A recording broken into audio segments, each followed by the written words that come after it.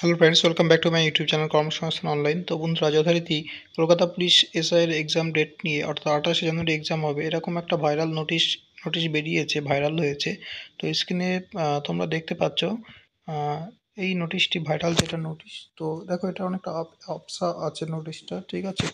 তো অ্যাকচুয়ালি এটা কোনো অফিসিয়াল ওয়েবসাইটে দেওয়া হয়নি এখনও, কারণ হচ্ছে এটা কিন্তু ফ্যাক্সের মাধ্যমে পাঠানো হয়েছে। তো যে নোটিশ সেটাই হচ্ছে এটা, অর্থাৎ এখানে লেখা আছে যেটা 4/1/2024 এটা পাঠানো হয়েছে ফ্যাক্স মারফত। এটা অ্যাকচুয়ালি 28শে জানুয়ারি পিআরবি বোর্ড কিন্তু এক্সাম নেওয়ার জন্য রেডি আছে, কিন্তু ওখানে লেখা আছে 13 স্কুলে কিন্তু স্কুলগুলো এখনো কনফার্মেশন পাওয়া যায়নি, সেই জন্য এটা একটা ট্রানজিশন পিরিয়ডে রয়েছে। অর্থাৎ স্কুলগুলো এখানে 13 সেন্টারে নেওয়ার জন্য কিন্তু ওই 12টা থেকে ডেটটা 28শে জানুয়ারি কেপিএসআই এক্সাম, এটা নেওয়ার জন্য পিআরবি বোর্ড কিন্তু রেডি আছে। কিন্তু যেহেতু এখন এই স্কুলগুলো সেন্টার থেকে মাধ্যমিক এক্সাম রয়েছে, সেই জন্য এখনও কনফার্মেশন পাইনি, সেই জন্য কিন্তু এটা প্রি নোটিশ অবস্থায় রয়েছে, ওয়েবসাইটে দেয়নি এবং এটা কোনো কনফার্ম হয়নি। এটা নিয়ে আরও ফার্দার আপডেট আসবে, স্কুলগুলো থেকে যখনই কনফার্মেশন পাওয়া যাবে তখন কিন্তু এটা অফিসিয়াল ওয়েবসাইটে পাওয়া যাবে। সুতরাং এটা এখনও কনফার্ম হয়নি যে এই ডেটেই এক্সাম।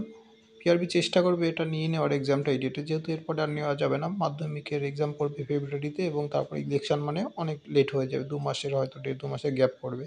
সেই জন্য পিআরবি বোর্ড কিন্তু রেডি। তো স্কুলগুলোর কনফার্মেশনটা এখনও পাইনি, পেলেই কিন্তু সেই মতো তারা অফিসিয়াল আপডেটটা ওয়েবসাইটে দিয়ে দেবে। তো তো প্রশ্ন হচ্ছে, এখন তোমরা কি করবে যারা এসআই প্রিপারেশন নিয়ে রয়েছো বা ভাবছো?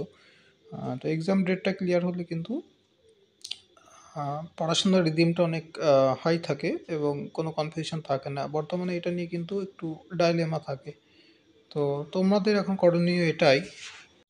তো ফ্রেন্ডস, তোমাদের অ্যাসপিরেন্ট রয়েছে, তোমাদের করণীয় এখন এটাই, তোমরা ধরে নাও 28শে জানুয়ারি এক্সাম হচ্ছে এবং সেই মতো প্রিপারেশন করো। তাতে কী হবে, তোমাদের বোর্ড এসআই বড় এক্সামগুলো রয়েছে, তার জন্য তোমরা অটোমেটিক রেডি হয়ে যাবে। তো বারবার ইউটিউবে ভিডিও দেখার দরকার নেই, ওয়েবসাইটটাকে ফলো করবে এবং যখন ওয়েবসাইট আসবে তখন তোমরা এমনি জানতে পেরে যাবে, কারণ ইউটিউবে পুরো এটা ভাইরাল হয়ে যাবে আর কি।